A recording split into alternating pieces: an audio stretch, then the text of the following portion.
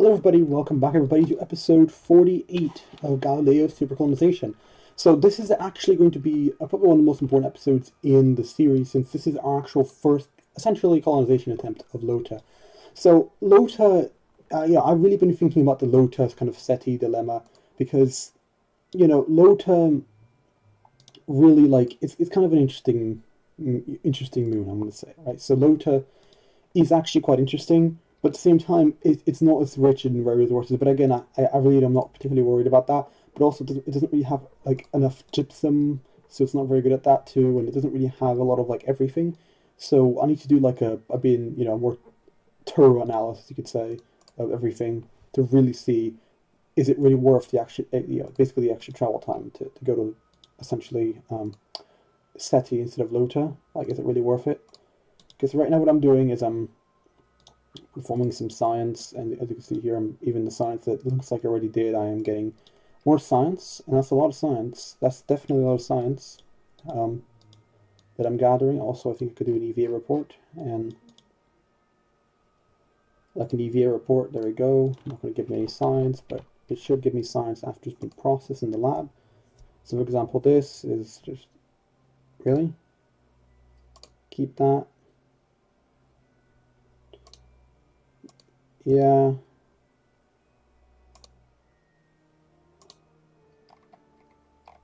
I think it's not BAM specific unless you go to low.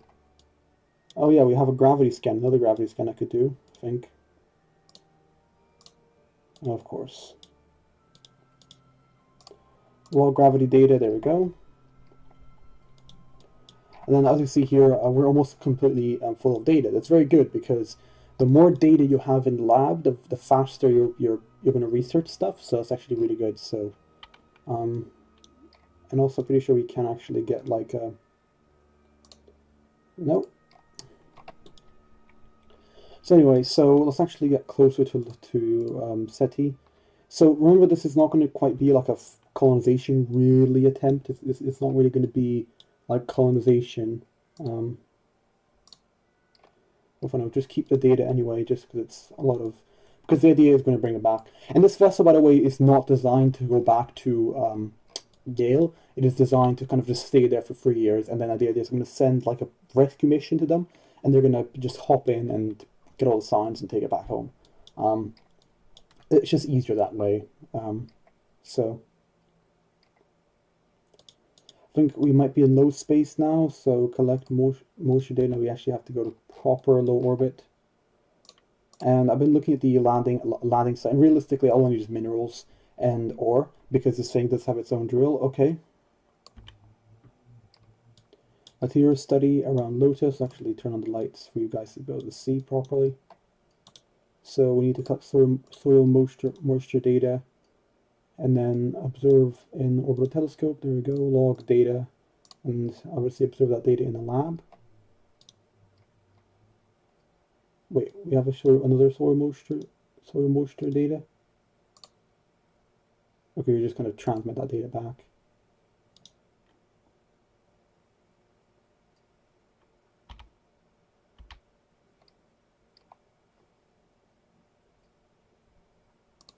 Okay, we're out of electric charge. That's the problem.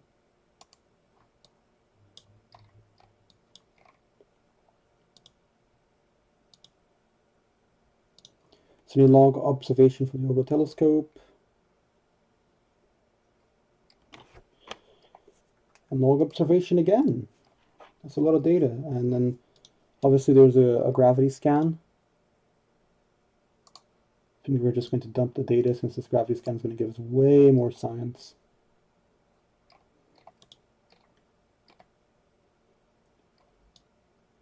And then mystery goo as well. We need to do a mystery goo and analyze the data. There we go.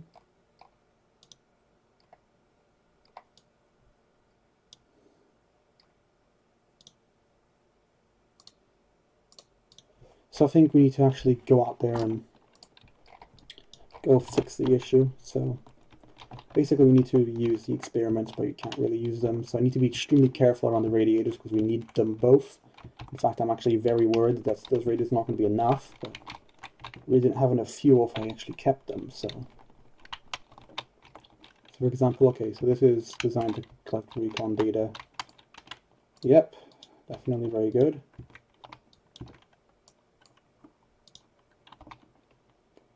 So collect data and restore and observe. Thank you. Restore, observe. I'll just keep the data. I'll collect data, restore it, restore you, take data,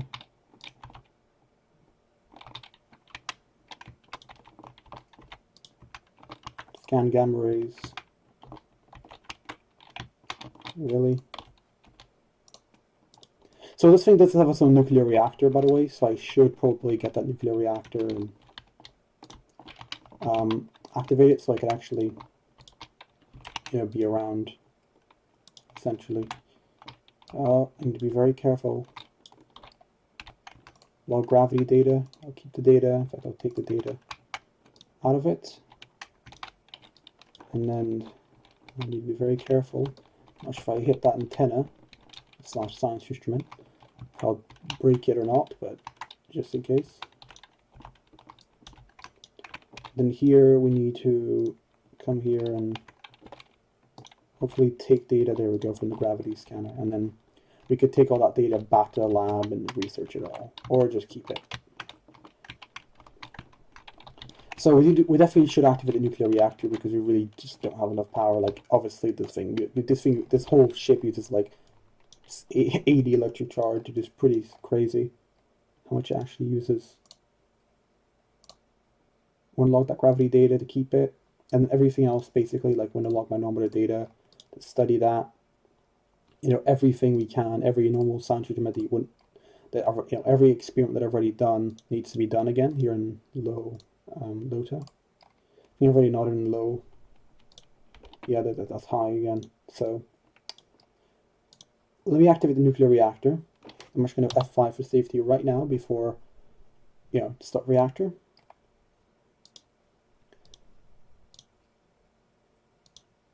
And then we're going to have the reactor kind of throttle down a bit because it doesn't really need to work, and I really want to preserve the fuel as much as possible. We have another gravity scan to do, and no? Okay. Well, our signal's actually being bounced off a relay, so let's actually go here. We need to warp about a day in the future. Now, I really wish that the game stopped time warp. You saw that I clicked on the double button and it stops time warp immediately. I really wish it was like that. I really wish it was just like that all the time. It didn't just go, oh my gosh, I don't want to or something. It actually just stopped time warp. Obviously, as soon as we go behind Lota, we're going to lose. I think this is the time where we should throttle up the nuclear reactor to maximum and so it could actually stay behind the moon, performing science, even though solar power is completely inoperative behind the moon. So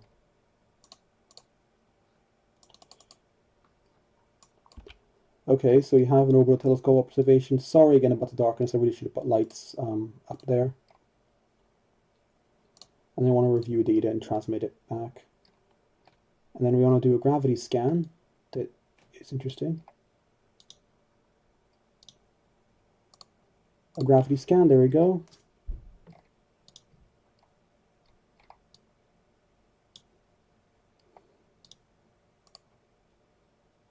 Maybe it's observe materials bay, just kind of keep the data. Get another bit of science. Log visual observation. Luckily, it's just kind of go transmit it back home. Even I can't see anything here.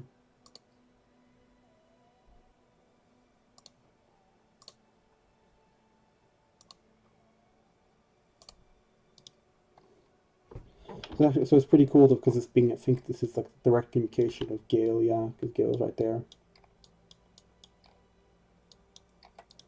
We've collected quite a lot of mulch. Another orbital telescope observation. Can't believe I've actually not sent an orbital telescope up here, so it's actually scanned for gamma rays and There we go, and then put that sign through the lab, and then we could log visual observation. There we go. Send it back home. Mystery goo experiment. We have, I think, one of these mystery goos that we could process. Just keep the data. So we're actually kind of doing a bit of a science golden age here. We're producing a lot of science. So I do want to lower my orbit quite substantially.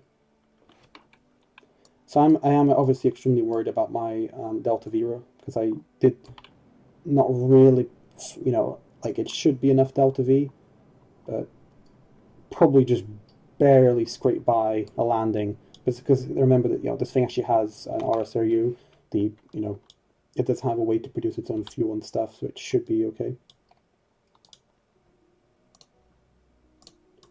So I think also, okay, now I think solar power is working again, yeah? Yeah, so that means we could potentially throttle down the reactor, but I don't think we need to really bother with that. Just keep the reactor online, as long as the reactor has been destroyed. Let me actually check it. Pretty sure it hasn't been destroyed. The cooling is at 40%, and the reactor is working with 100% power output. So that proves that the reactor has not been destroyed yet. I do need to do an EVA report, because EVA reports are probably going to be a little bit extra science.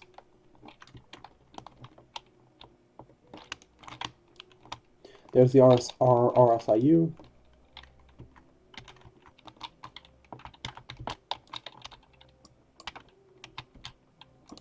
Observe materials bay, collect that science, collect data, collect that data, and then restore both of these. This is where manned missions become really handy, is that you can actually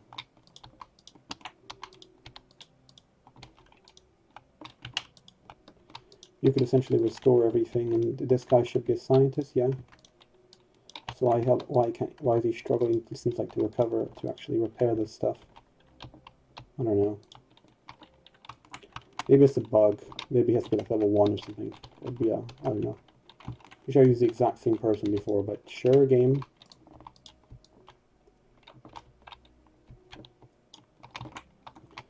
I think I wonder if actually just lights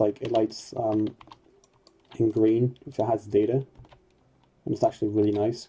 It's actually a really nice way for it to tell you, oh hey, I have data, by the way, so come here to get me. Obviously, we do want to take some data from all this thermometer and stuff, so very careful to not hit the radiator. We do not want to destroy it.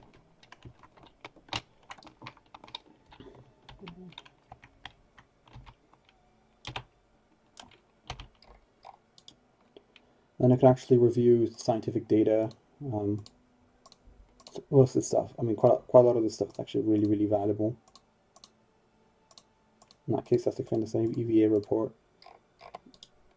And as you see here, we're basically completely full of science at this point. So I think we could, we have enough. This thing is not designed to really stay up in space for very well. It's designed to stay about 3 years of habitation, but realistically speaking, it only has enough, basically enough life support to keep the Kerbals alive for about 120 days. They're not alive, but before they turn to turrets. So we could probably do that until the last day. So I'll set a Kerbal alarm clock for 120 days, I think. So, or there we go. Yeah. So I set a Kerbal alarm clock for 120 days. That's going to be basically telling us, oh hey, by the way,